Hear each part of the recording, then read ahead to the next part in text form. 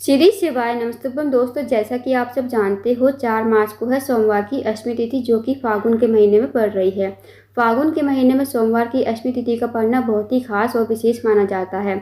और दोस्तों, यह महाशिवरात्रि से पहले पड़ रही है सोमवार की अष्टमी तिथि। महाशिवरात्रि जो है 8 मार्च की है और सोमवार की अष्टमी जो है 4 मार्च की है।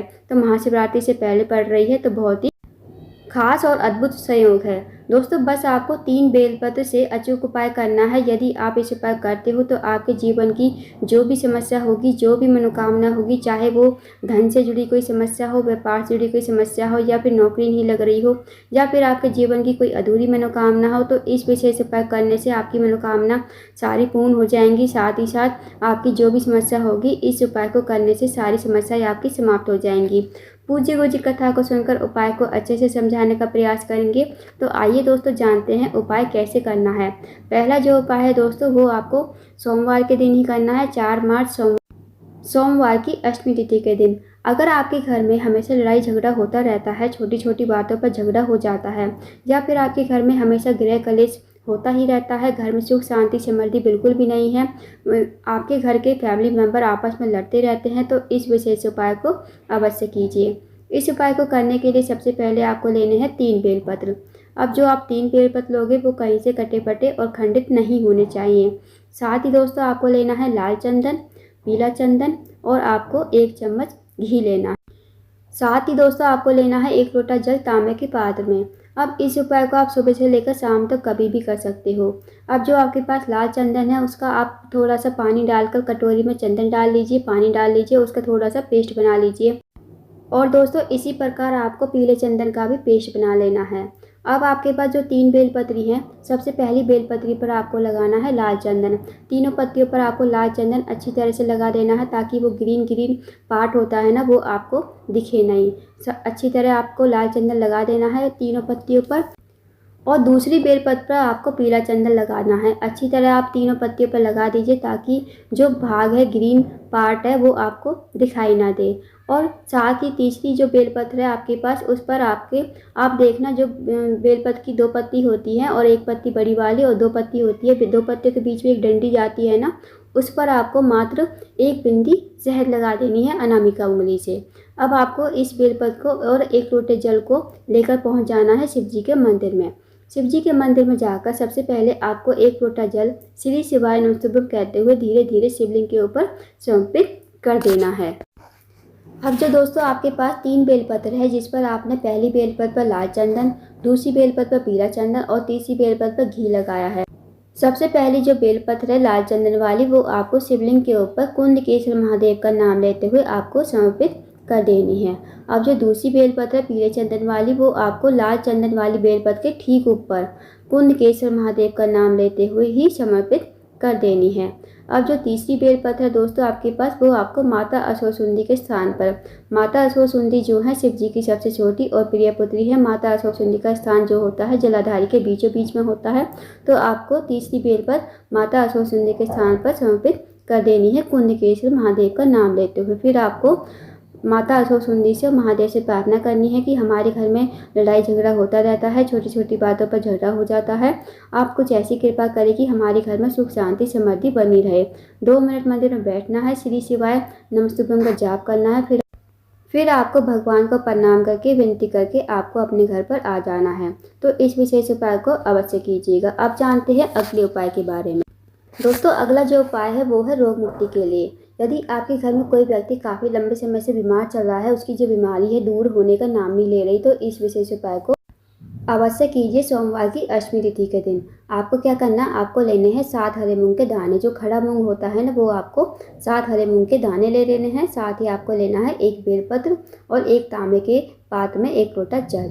अब इस उपाय को आपको शाम के समय ही करना है, प्रदोष काल के समय, शाम के 5:30 से 7 बजे के बीच में इस उपाय को कर लीजिए। अब आपको इन्हें लेकर पहुंच जाना है शिव जी के मंदिर में। शिव जी के मंदिर में जाकर सबसे पहले आपको 1 लोटा जल श्री शिवाय नमस्तुभ्यम कहते हुए ओम नमः शिवाय का जाप करते हुए आपको धीरे धीरे समर्पित कर देना है। अब जो आपके पास 7 हरे मूंग के दाने हैं और 1 बेलपत्र है, अब दोस्तों बेलपत्र की जो बड़ी वाली पत्ती होती है ना, उस पर आपको ये 7 हरे मूंग के दाने रख लेने हैं और आपको शिवलिंग के ठीक ऊपर कल्याणेश्वर महादेव का नाम लेते हुए आपको ये बेलपत्र समर्पित कर देना है और आपको 7 हरे मूंग के दाने बेलपत्र की बड़ी वाली पत्ती पर रखना है। इस बात का विशेष ध्यान रखना।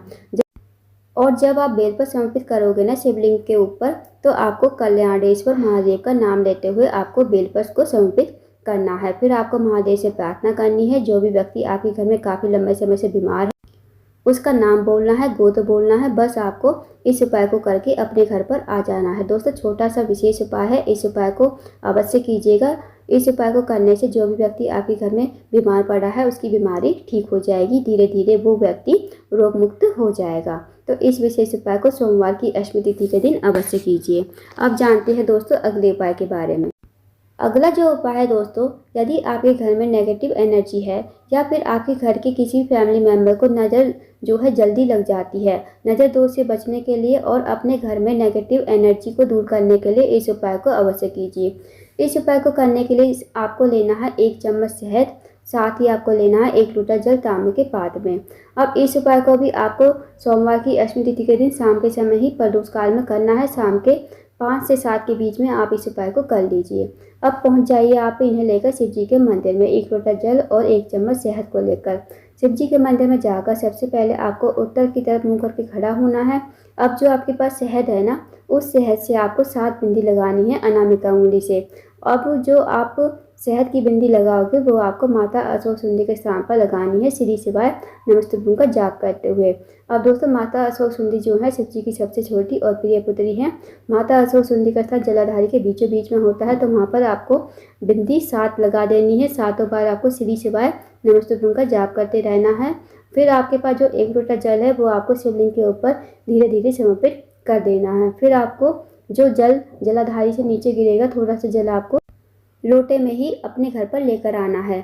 इस जल को घर पर लाकर सबसे पहले आपको अपने घर के मेन गेट पर छिड़क देना है कुंदकेश्वर महादेव का नाम लेते हुए।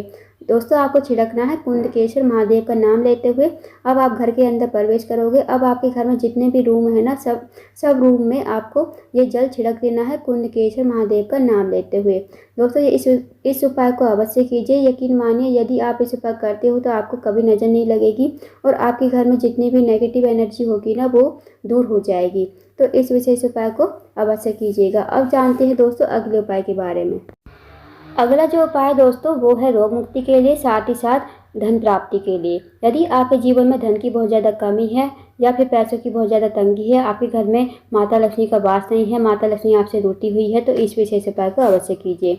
इस उपाय को करने के लिए सबसे पहले आपको लेना है 1 लोटा जल तांबे के पात्र में। साथ ही दोस्तों आपको लेना है 1 कमल कट्टा, 2 चावल के दाने। अब जो आप 2 चावल के दाने लोगे वो खंडित नहीं होने चाहिए। साथ ही आपको लेना है 1 धतूरा। इस उपाय को भी आप प्रदोष काल के समय कीजिए। शाम के 5 से 7 के बीच में आप इस उपाय को कीजिए। अब आप इन्हें लेकर पहुंच जाइए शिव जी के मंदिर में। शिव जी के मंदिर में जो आपके पास 1 कमल गट्टा है ना, वो आपको लोटे के जल में ही डाल देना है। अब दोस्तों जो आपके पास 1 धतूरा है वो आपको शिवलिंग के ठीक ऊपर श्री शिवाय नमस्तुभ्यं कहते हुए समर्पित कर देना है। अब जैसे आप धतूरा चढ़ाओगे ना, तो धतूरे का जो डंडी होती है वो तो आपको रखनी है माता अशोक सुंदरी की तरफ, और जो कांटे वाला भाग होता है वो आपको अपनी तरफ रखना है। तो इस तरह आपको धतूरा चढ़ाना है। अब जो आपके पास 2 चावल के दाने हैं वो आपको 2 चावल के दाने, जो भी व्यक्ति आपके घर में काफ़ी लंबे समय से बीमार है उसका नाम बोलोगे, गोत्र बोलोगे और इन चावल के दानों को ठीक धतूरे के ऊपर आपको समर्पित कर देने हैं। अब जो दोस्तों आपके पास 1 लोटा जल है जिसमें आपने कमल कट्टा डाला है वो आपको माता अशोक सुंदरी के स्थान पर समर्पित करते हुए और आपको आना है शिवलिंग के ऊपर। मतलब आपको सबसे पहले माता अशोक सुंदरी के स्थान पर जल समर्पित करना है और जो है जल की धार टूटनी नहीं चाहिए। दोस्तों पहले आप माता अशोक सुंदरी के स्थान पर जल समर्पित करते करते हुए आपको आना है शिवलिंग के ऊपर। मतलब आपको जल की धार टूटने नहीं देनी है, इस बात का विशेष ध्यान रखना। फिर आपको वहीं पर बैठकर महादेव से प्रार्थना कर देनी है कि हमारे जीवन में धन की वृद्धि नहीं है, धन प्राप्ति नहीं है, माता लक्ष्मी का हमारे घर में वास नहीं है। आप कुछ ऐसी कृपा करें कि माता लक्ष्मी का हमारे घर में वास हो और हमारे घर में कभी पैसों की किल्लत ना हो। तो इस विशेष उपाय को रोग मुक्ति के लिए भी कर सकते हो और साथ ही साथ धन प्राप्ति के लिए भी इस उपाय कर सकते हो। तो दोस्तों इस विशेष उपाय को अवश्य कीजिएगा, बहुत ही अचूक विशेष उपाय है। दोस्तों ये थे कुछ विशेष उपाय जो आपको सोमवार की अष्टमी तिथि के दिन करने हैं। इन उपाय को अवश्य कीजिएगा। अगर आपको जानकारी पसंद आई हो, वीडियो को लाइक करना, शेयर करना, चैनल को जरूर सब्सक्राइब करना, कमेंट बॉक्स में श्री शिवाय नमस्तुभ्यम हर हर महादेव जरूर लिखना।